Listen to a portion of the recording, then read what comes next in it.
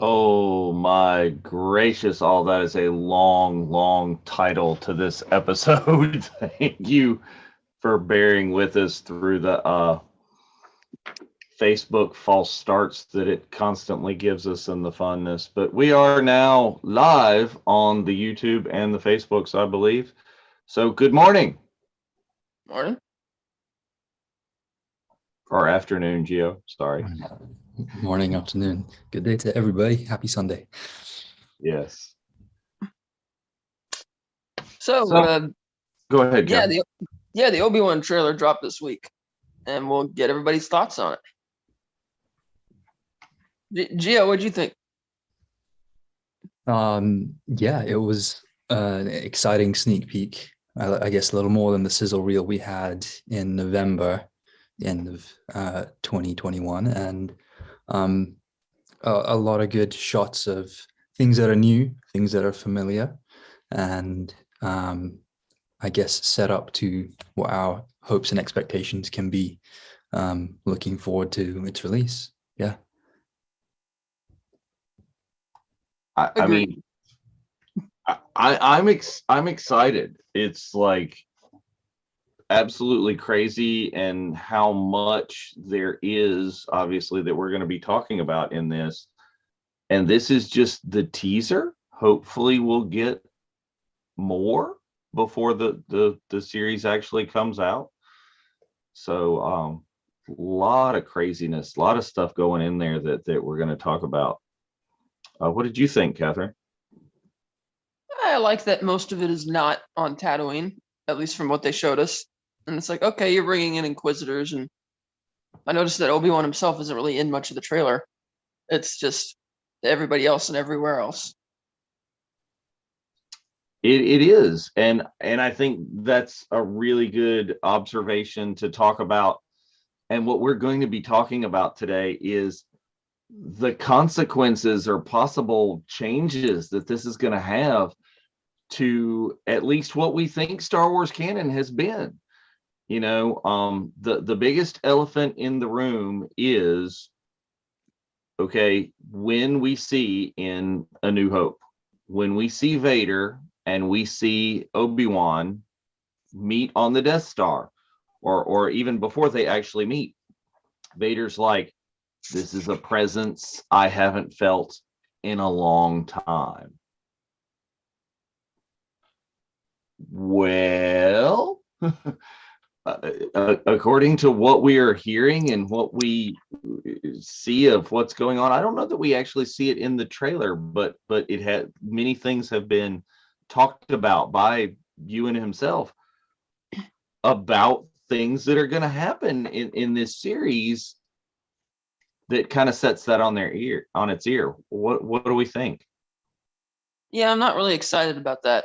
It's like the only scene I'm really interested in seeing, and they're probably not going to do it because it's set, like, was it 6 years after or 9 years after in 10 years, yeah. So somewhere 9 or 10. That's about how old Luke appears to be in the teaser. Is the scene when Obi-Wan finds out that Vader lived and that he didn't finish the job, and look at all the horrible things he's doing because I didn't make sure I'd finished the job. That would be a fantastic scene. And I think that would be a great, like, not a plot device, but like a character drive for the series. Like, this is what would motivate him to potentially leave Tatooine.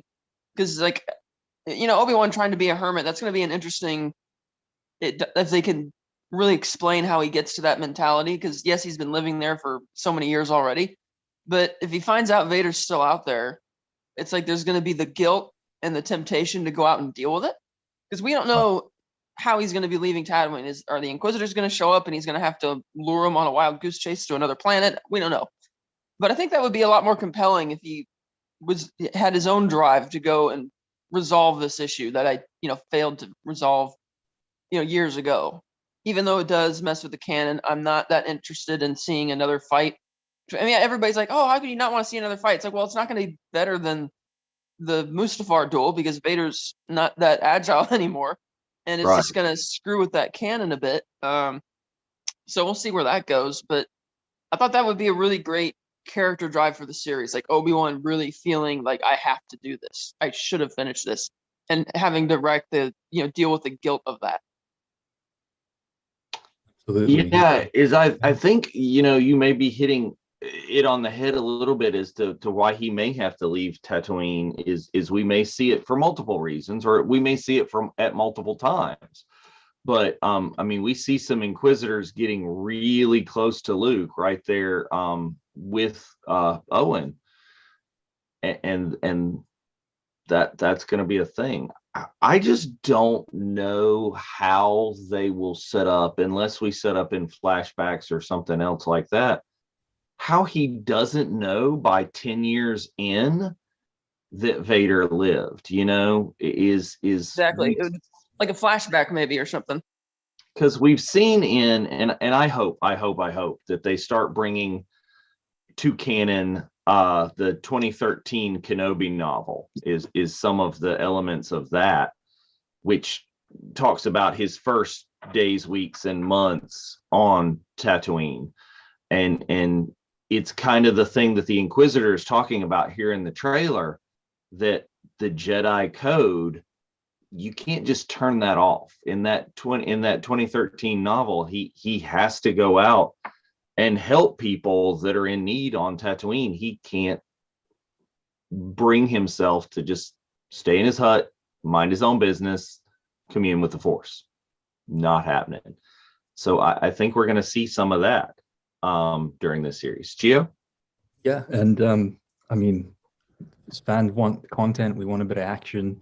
As much as it would be fitting in with Obi-Wan to have those solitary moments, there needs to be a balance of these things narratively and to keep people interested and hooked in. I mean, that was one thing that hopefully they will have learned from the Book of Boba Fett, pacing, having a structure to the series, and not having these kind of huge jumps in character where you've got the brooding Western samurai type feel of a Lone Ranger, then becoming accustomed to the planet. And again, it is Tatooine, which I have mixed feelings about, but it has to be a huge element of this series, given the landscape that we know.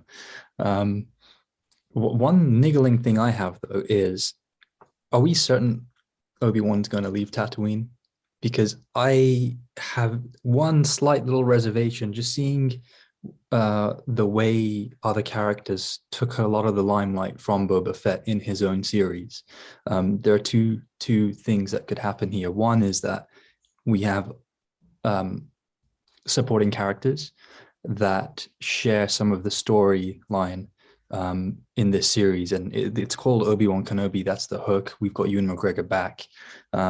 I hope that remains the center point, and everything else still feels relevant. We don't have random characters that essentially distract from the point of the series and the reason why audiences will want to watch and fans will want to re-engage. The idea of having more supporting characters, though, is going to be a juggling act, and I hope that the other locations that we've seen and the other sort of, I guess, more interesting and non-Tatooine parts, for me at least, still allow Obi-Wan to be the center point. This is his journey or his continuation, and they've almost tried a little bit of that with the Book of Boba Fett, and to mixed reception, and to some very fair criticism in that it took away from the center point character, and the reason why some people would have almost exclusively tuned in and wanted to follow the show. But yeah, do we think that just on the teaser trailer alone that we will see Obi-Wan leave? I'm hoping so, but I almost just want confirmation from other people that we're going to see that, and have a bit more diversity of visual landscape, of production, because that the other environments they show look really interesting, and a kind of a reminder of other parts of Star Wars that were used in the prequels. We saw the kind of underbelly of Coruscant, with the neon lights and the street level, the really gritty Blade Runner-esque cyberpunkian type dystopian look, and that looked fascinating. It looked really, really intriguing. So my prediction is yeah. we're going to see the mods from the Boba Fett series show. No, Yeah. I tease, I kid. But yeah, I think you really bring up a really good point. Are we going to see him leave? The teaser really didn't show us. From my memory of it, I think like in the dark, and it appeared to be in the Blade Runner city, we see kind of a cloaked figure leaping, apparently like force leaping through. But I don't think we ever see his face off planet. No. We don't. Yeah, it could be a difficult one. We want to lead the Inquisitors away if they show up on Tatooine. But the question is, why are they on Tatooine? Is Vader smart enough to send them to the homestead, which seems like that would be the first thing he'd do if he suspected anything? Because, I mean, granted, it did take time originally, because in the comics, Vader doesn't find out that he had kids until after A New Hope. So did the Inquisitors come there because they found out about Obi-Wan? Or is he like, did he go off somewhere and do something and they followed him back?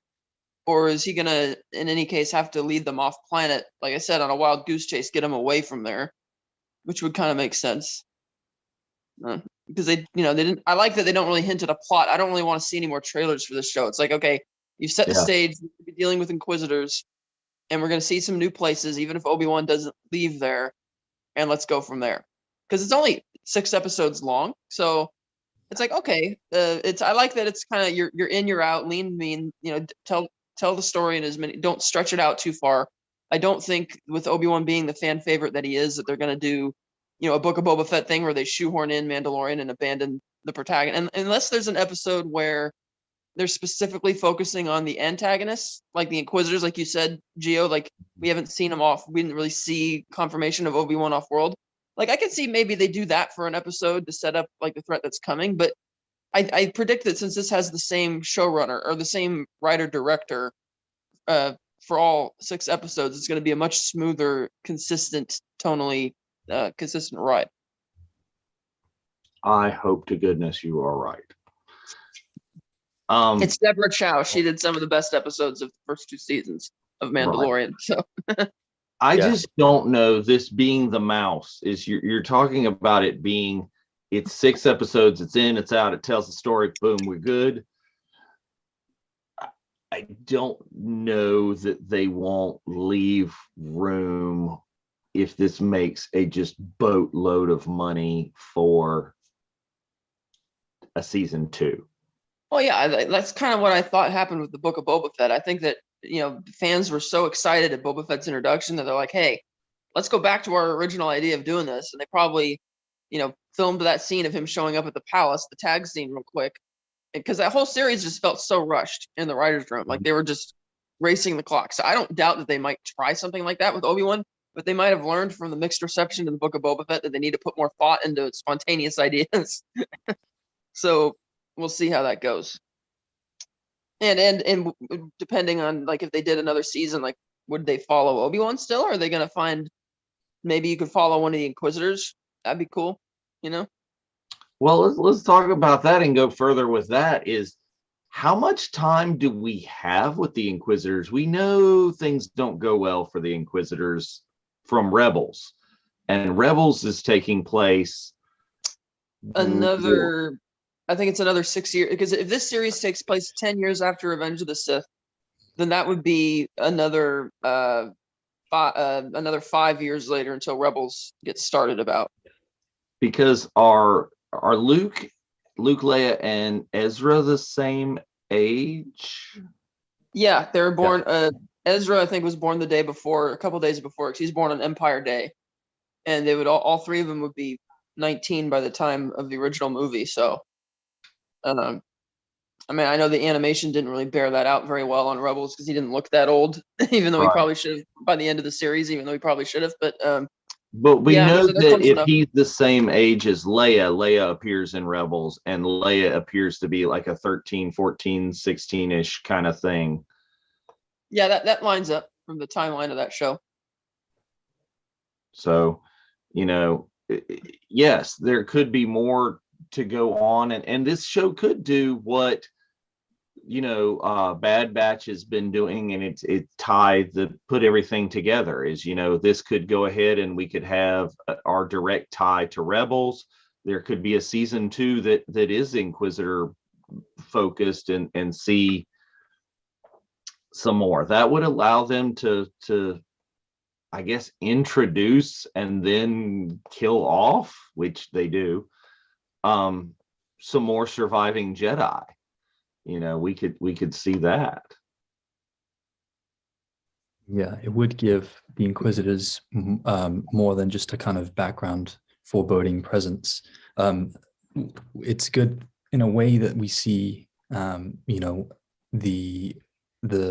snapshot of Uncle Owen in what looks like maybe Mos Eisley, and there is some sort of interrogation going on in the trailer. They have some sort of direct impact, but yeah, there are a lot of kind of ancillary stories from the EU, the old canon, and the more current stuff, where we could follow what the Inquisitors are doing in terms of the general hunt for Jedi. These are Vader's emissaries in a way, and they are exacting the hunt for an extermination of the Jedi to continue the kind of wider operation for the Empire. And we know that at least we know the fate of the Grand Inquisitor, and it more or less looks like that's the main antagonist set up as far as this teaser trailer. Well, I don't know if he's going to be the main one. That's what I'm thinking about. Is we see the Grand Inquisitor and we're like, "Woo, the Grand Inquisitor," and we see who else is that? Is that the fifth brother? It looks like it. Yeah, it does, because he's got the exact same sort of armor and yeah. But we see multiple times, and I think more than just the brief hint, this new character who I think has been named, but I can't recall what it is. But we see the lady with the kind of top knot, is it hair? Yeah. In a kind of Inquisitor-esque uniform.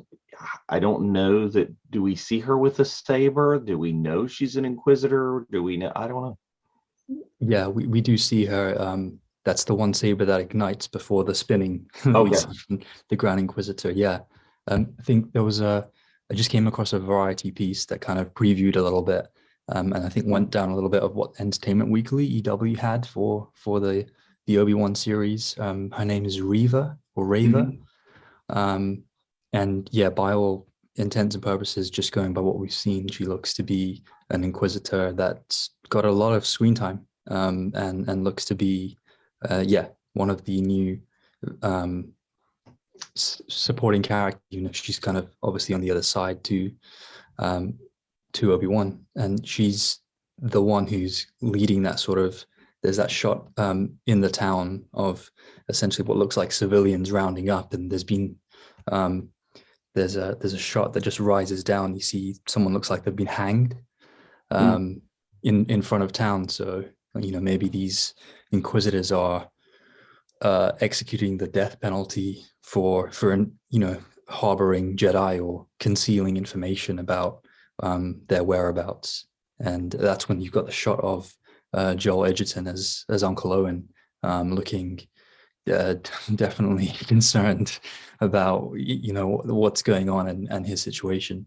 It'll be interesting to see how he might escape from that itself, or whether that's just some deliberate marketing editing to get us because we do know that a lot of trailers, not just with Star Wars, Lucasfilm, and Disney, can just splice some scenes together, have a bit of voiceover, and it can be nothing like what actually goes on narratively in what we see. But we've just got, you know, the big shots, the kind of juicy teasers that bring us in.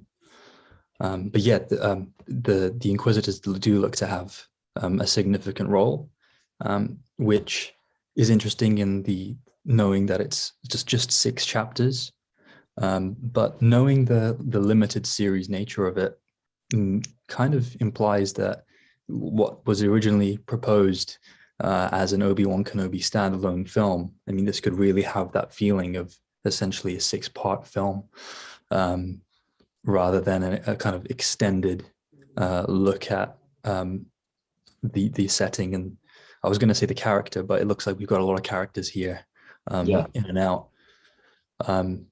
But knowing if we get to see the Inquisitors have a little more motivation than just being one-note villains, that could be interesting to see. I mean, they might not all get along as a solid team, and they might, you know, Reva might have her own way of going about following Vader's plan to say the Grand Inquisitor, and maybe the 5th brother. And perhaps that's why we see them, although convene in this sort of dark tower, which is very reminiscent of Vader's castle on Mustafar, that we had a great couple of scenes with in Rogue One. Maybe they go their separate ways, and that's how we can tie in these new locations and new planets into the hunt for the Jedi. It's a wide shot, and maybe Reva's the one who hones in on where Obi-Wan Kenobi might be, given that she's on Tatooine and she's in close proximity to Uncle Owen, Aunt Beru, Luke, maybe. But yeah, one thing I was gonna maybe suggest is that of the Kenobi standalone novel, are there any specific things that you'd want to see brought forward into this, or do you think that Disney will be doing their own kind of clean slate, as they did say when they had their own story group and canon going forward? So I think a lot, I don't know that we will be able to see a lot of what happened unless they do flashbacks. And of course they can, you know, they do that. But it's just a vast time difference. It's 10 years past the Kenobi novel. That was his first days and weeks when he just moves into and finds his hut. But immediately after that, in the novel, he does what the Inquisitor's talking about. He has to follow the Jedi code. He goes to this outpost, and this outpost, there's trouble there, and he has to, as best he can, to conceal, you know, not using the Force or not using his saber as much as possible. He can't walk away from the trouble. You know, there's trouble between the villagers and the Tuscans. And you come to find out, I don't want to do too many. Well, that's from 2013. I think I can do spoilers for a 2013 novel at this point, because if you haven't read it, you should, or listen to it. I listened to the audiobook, and that was amazing. But you know, there's villagers are having trouble with the Tuscans, and it really kind of does, really reminiscent of what I think the Book of Boba Fett did for Tusken Raiders, which is it gave them more of a personality and a backstory in there. Is it humanized the Tuscans, because you really find out that the troubles with the Tuscans were not troubles with the Tuscans. They were created by one of the villagers, you know. And Obi-Wan has to kind of play the detective and the go-between to figure these things out, all the while occasionally peeking in and checking on Luke and making sure Luke is good. And it talks about how, you know, Owen really doesn't want in him there anything to do about it. I think a lot of the consistency you see from that's bringing in is him riding around on his Eope, is, you know, just moving around. But okay, here's sorry, squirrel sidetrack. I know, and I love the fact that the Disney Plus series are like going with less CGI and more practical effects. And is it me, or did they just, is this headcanon or is this real? Did they change the Aopi into a camel?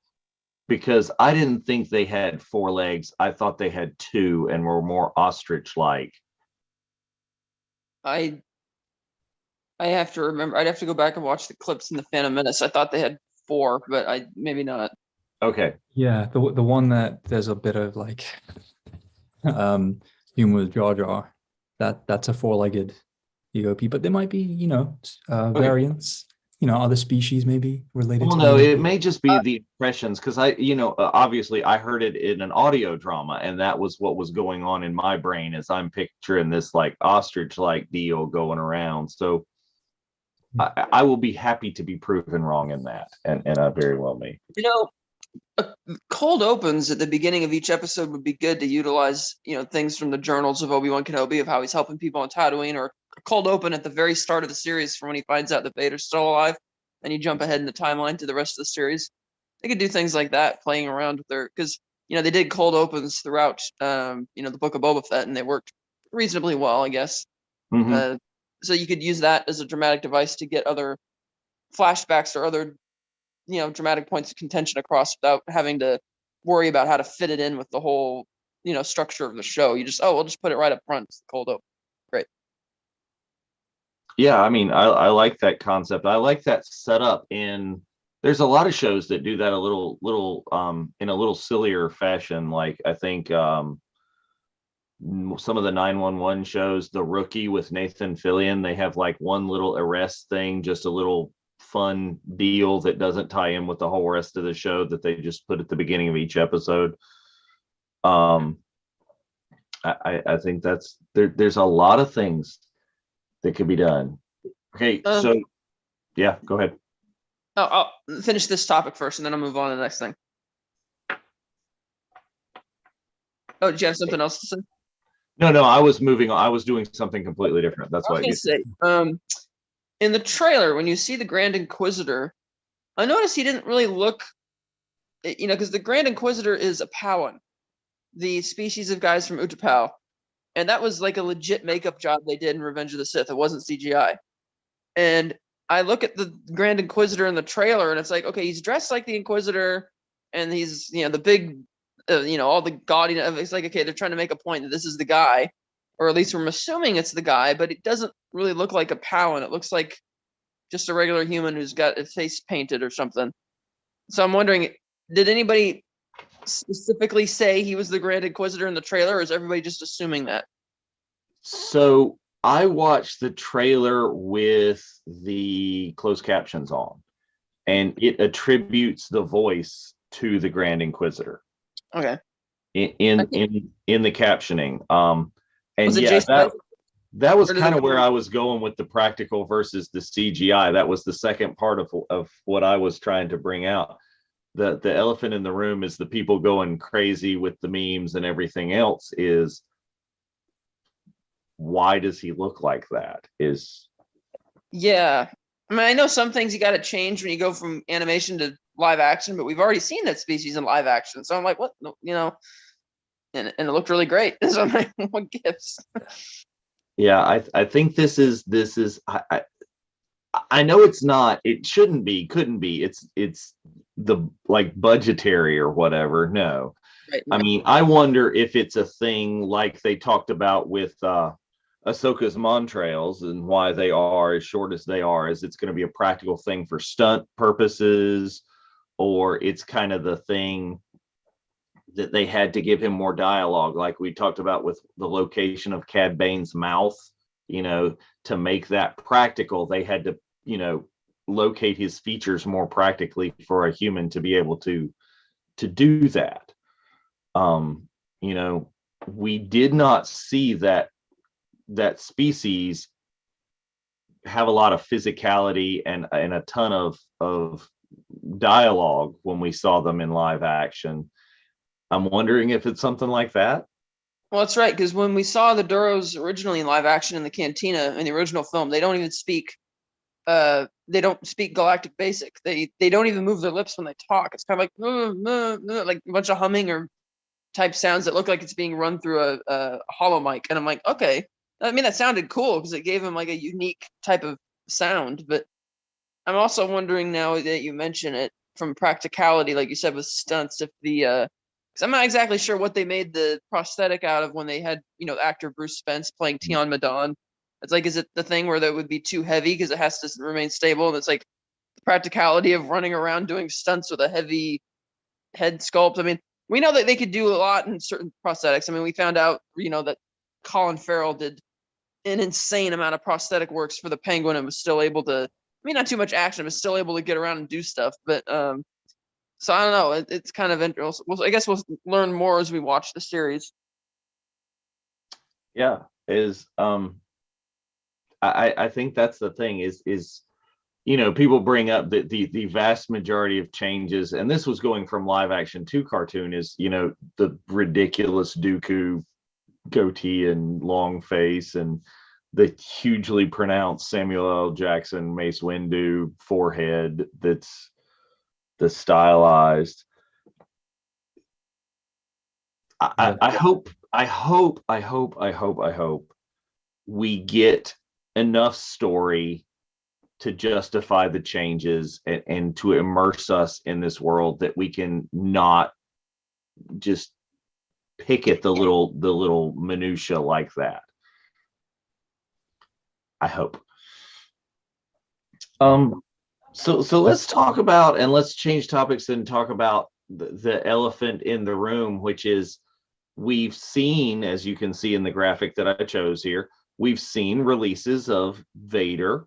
We've seen releases of Hayden and images, and he's not in the teaser. Reasons why? He might not have that much screen time in this series. I mean, they're saying there's going to be a rematch, and they showed the sizzle reel of them rehearsing, but why? Everybody obviously is super excited for Darth Vader, so maybe they want to build it up because you saw was that Vader's palace in the trailer, right? That is the impression that I got. It looks a little bit different than we see it in Rogue One. Yeah. But that may be changes that they feel that they want to make. I don't know. Or they're saving him for another trailer. Yeah, hold something back, less is more, especially with Vader. He was teased in Rogue One, and it really worked out nicely to have as little of him as possible. Really, we did see glimpses though, and I don't think it's as necessary to bring everyone in who wants to see, an Obi-Wan standalone series. But just in reference to the what we saw, the Citadel, I guess, I think it's a new one. It's a new structure on a moon of Mustafar rather than Mustafar itself, is what I came across. And I can imagine it makes sense to have Vader as the kind of looming shadow in the background, almost going in line with what we've seen in the marketing for years with some of the merchandise and the toys. There's always the specter of Darth Vader in his full armor and suit and cloak, and that can be the shadow in the water, hunting, or being the prime kind of directive behind the Inquisitors with their mission to hunt down the Jedi and hunt down Obi-Wan. But yeah, I think I'm also of the opinion that this has shown us a lot, and in a way it would be good to conceal and just build up the anticipation and the hype and for the actual release. And the more that we see now, the less impactful it might be later. I'm just going back to some of the impressions that we got from previous trailers done by Lucasfilm. Fantastic, atmospheric, things that we want to revisit again and again. But then again, the more that you see, the less that you have in terms of initial shock value, impact, and kind of, wow, what's this? And they went there, and knowing that Hayden Christensen's back, I guess, is enough, at least for me, to know that we'll see something significant of Vader But in terms of screen time minutes, it might not be too much. But I guess if they can really hone in on the aspects of Darth Vader that are iconic to audiences over years, as they did in Rogue One, then it wouldn't matter as much. And we have got the Inquisitors to take that kind of villainous role, as we kind of discussed a little bit, and bear the brunt of the kind of the villains of this story. But knowing there's something at the end, almost like looking forward to, the big battle at the end when you're younger, looking at any kind of action adventure. And certainly with the prequels, we always had that build up to a climactic showdown towards the end. Perhaps they're using this to develop some story for 3-4 chapters, and then stuff really hits the fan towards the end. See, I wish, and maybe you can't do it in this day and age. Maybe it's impossible to keep a secret that big. I wish they hadn't told us Hayden's going to be back. Period. End of story. Is if you're going to throw Vader in there, you're going to throw Hayden in as Vader. Imagine we're on episode 2 or 3 of Kenobi series, and we see him.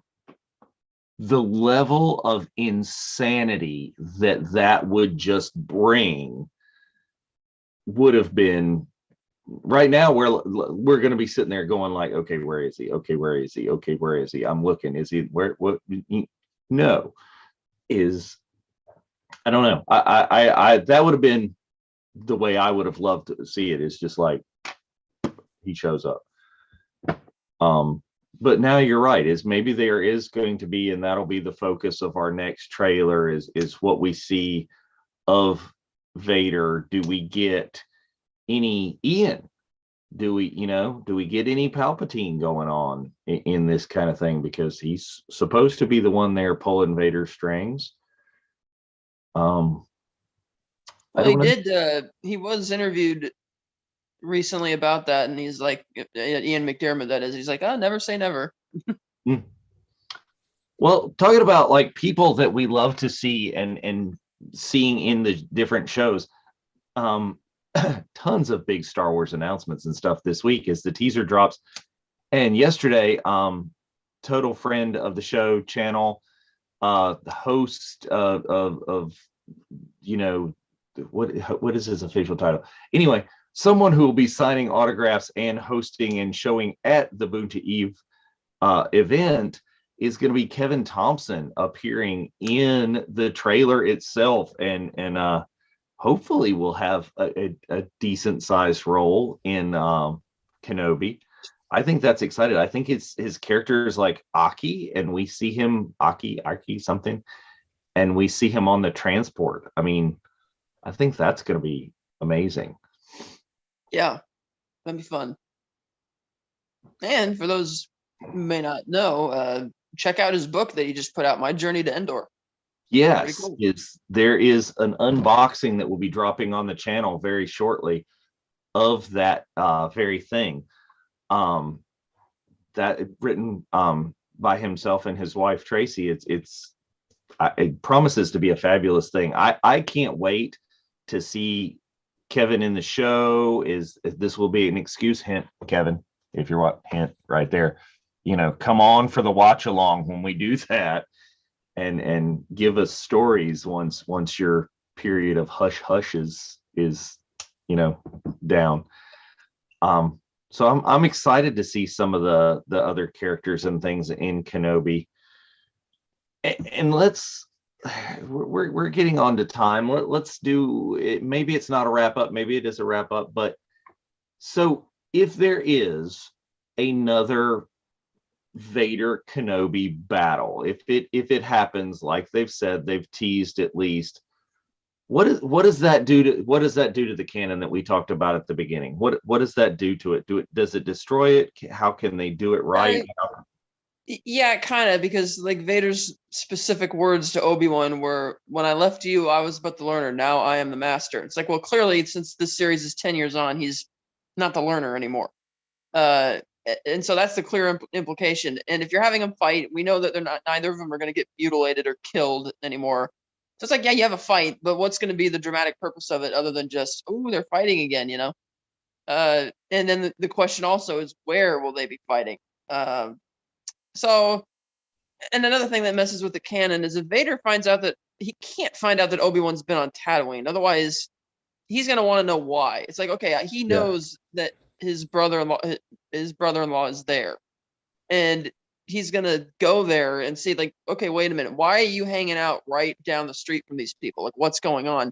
And as I mentioned, in the new canon comics, he doesn't find out about Luke being there until after A New Hope. So it's like, okay, he's gonna find. I don't see how you're gonna have them meet without Vader knowing where Obi-Wan's been or that type of conversation happening. So I'm very interested as to how they're gonna tie that in with the series, and wondering if we need it, because I mean, yeah, we know the Grand Inquisitor is obviously going to survive the series, but you don't need to kill off your characters to have a great, movie or a TV show. So if the Grand Inquisitor seems like a more fitting antagonist, because some fans are thinking, oh, I wonder if Maul's going to show up again. Like, no, it's like that was such a great bit in Rebels. Good.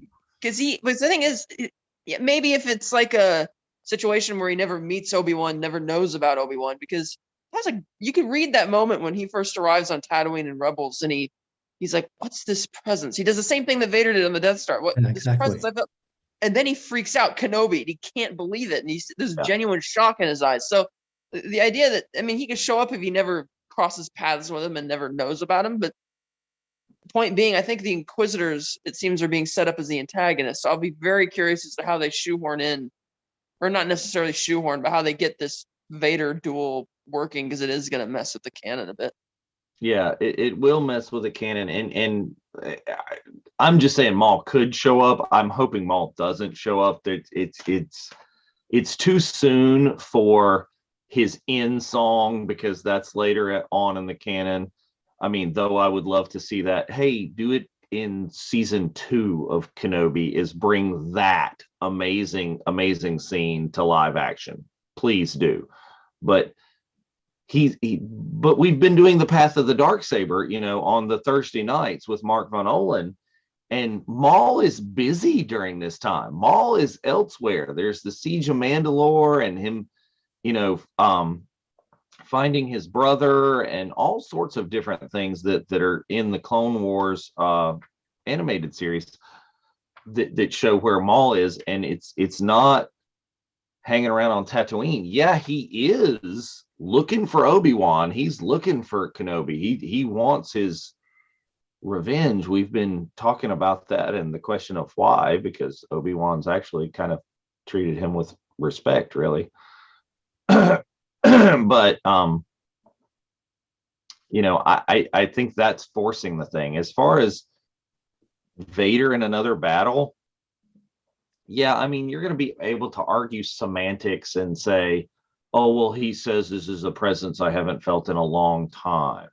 Well, yeah, okay, it's another 9 years down the road. It's another 10 years down the road. That's a long time. But you're right. I was but the learner and now I am the master. That's tough. As you're saying this, I'm reminded that they've done this before in Star Wars canon, where in episode 3, when Obi-Wan confronts Grievous on Utapau, he says, Obi-Wan's like, your move. And Grievous is like, oh, you fool. I've been trained in your Jedi arts by Count Dooku. And they have their fight. Well, when Clone Wars came along, we saw that they had numerous run-ins and lightsaber duels, making that line seem kind of odd. Because in Revenge of the Sith, the indication seemed to be that Obi-Wan didn't know that he was skilled. I guess he knew he killed Jedi, but he didn't necessarily know the guy was really skilled with a lightsaber. Which in Clone Wars, obviously, he knows that he is. And I get why they would retcon that, because, we can get a lot of mileage out of this character in the show. Yeah. So it seems like they might be doing that again with Vader. Oh, we'll just ignore that line and we'll just retcon it so we can have him in the series. I just hope it means something when they have it, rather than just, ooh, let's have another Vader Obi-Wan fight, Perhaps. I mean, theoretically, they could flash back and have a Vader Obi-Wan fight, or they could have they'd have to do some de-aging. They could have a Obi-Wan Anakin fight. They could have flashbacks to the Mustafar duel, and it could be that we're seeing. That's kind of a cop out and a thing, but they could be doing that, parts of that we never saw. Yeah. Mhm. So there are ways and things, but you're right. And I thought you were going a different place when you're talking about the Clone Wars. Is like, I think, a 3-word or something statement that Filoni had to tiptoe around the entire Clone Wars, which was that Anakin had never seen Grievous before. That first meeting of Anakin and Grievous, you had to, okay, Yeah, this that was happens, when you but they really just kind of couldn't miss retcon. each other. Yeah. Yeah. But we know this is this show is potentially, yes, it's Deborah Chow, but this is still kind of the Dave and John, the Filoni verse kind of going on, right? They're exec producers, I'm assuming, something like that. I think so. And so we know that there's experience and backstory with them tiptoeing around a couple of lines of dialogue that you thought was throwaway at one point, but they'll go a long way to keep it. So I don't know. Yeah, it is difficult. It's kind of like they're taking a wrecking ball to some of the original lines in the almost sacrosanct original 1977 Star Wars. But if you build it as this rematch of the century, Kathleen Kennedy, I think, was saying in the promo material, having Anakin and Obi-Wan feature and leading to some sort of confrontation, then it's hard to keep all the lines, I guess, of the films intact while still, you're advertising and leading towards this. Let's hope they know what they're doing. But I think it is a shame when you kind of bend the rule. I guess not even bending the rules. Like it is just breaking some of the dialogue of the films that we've seen and just in terms of their internal logic and what happens when we can kind of theorize and say, okay, so to create an interesting story with the trappings that we want and towards really building a confrontation, they had to. But I do like your idea of having flashbacks to the Mustafar duel, because having that intercut with Yoda and Palpatine facing off was fantastic cinematically, but it does give some time for the significant mileage they covered in moving from one place to another on Mustafar. And that would make sense then bringing and saying Hayden Christensen is back, because you actually get to see some of him rather than just the iconic Vader suit and armor, which has been acted really well by some of the stunt people that have taken on that role in Rogue One and animated so well in Rebels. The way Vader moved in Rebels was a little limited by the stylism of that show, but was still in line with a person who's more cyborg and has some limitations in terms of how to duel. That's the other thing I'm saying that's going to have to happen. If it's not an Anakin Obi-Wan duel, if it is a Vader Obi-Wan duel, you're going to have to pull some of the tricks that they pulled in Rebels where the helmet breaks, or you're going to have to break some of the canon rules about how dependent he really is on that helmet, because they can't possibly have it be Hayden in the suit and not see Hayden, unless you're seeing him in one of those, what is it, like the back to tank, that when he comes out of the suit like an Empire and he's inside the Admiral Piet sees the back of his head. Yeah. Well, I'm talking about like even in the duel though, is I think, if you're going to have a duel and you've advertised it of Hayden and Ewan being there, you've got to see Hayden's face. And you did it when in Rebels, when Ahsoka battles, and the helmet breaks and you see at least half of his face, so she knows it's Anakin. So things I don't know. So there's a lot that this is going to make us anticipate and waiting the 75 days, 73 days that it is to this. It's gonna be tough. It's gonna be crazy. And then again, we're all going to be, or a good chunk of us are going to be sitting in hotel rooms in Anaheim, just like having no way to watch this, but we're all sitting there on our phones going, what was that? What happened? There is a Disney Plus app available on smartphones if people want to watch it. Yeah, it's going to be the thing and there's the other level of anticipation is, I know just from posts that I've seen in I think our group and others is, they're denying hotels and stuff. Lucasfilm has put the kibosh on, like, big group viewings. Are they planning something? Is Reed Pop and Lucasfilm planning some sort of, big reveal or something? I don't get why they would want to put the kibosh. I mean, unless they were afraid that hundreds of people or thousands that don't have Disney Plus subscriptions are just going to pile into hotel rooms and shit for that. But people are going to do that anyway. Yeah, and then it seems like it would make more sense if, given the first episode drops the day before the convention starts, that they would have like a screening of the pilot as an advertisement, because it is admittedly a little odd that you're having Celebration or the show premiere before Celebration, because it seems like that would have been the ample thing to celebrate and to advertise, because it's ready, it's here. I mean, granted, people assume that we're going to get maybe an Andor trailer because that series is finished filming a long time ago apparently, or Mandalorian season 3, or who knows. But yeah, I mean, they should do like a screening at Celebration. That'd be awesome. But who knows? Yeah, if they're going to do that, that's a couple days late. Or if they're going to do something, isn't there, like at the convention center, there's a big kind of promenade area outside where they've done certain things before?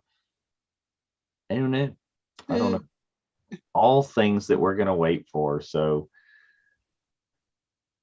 many more questions than answers. And,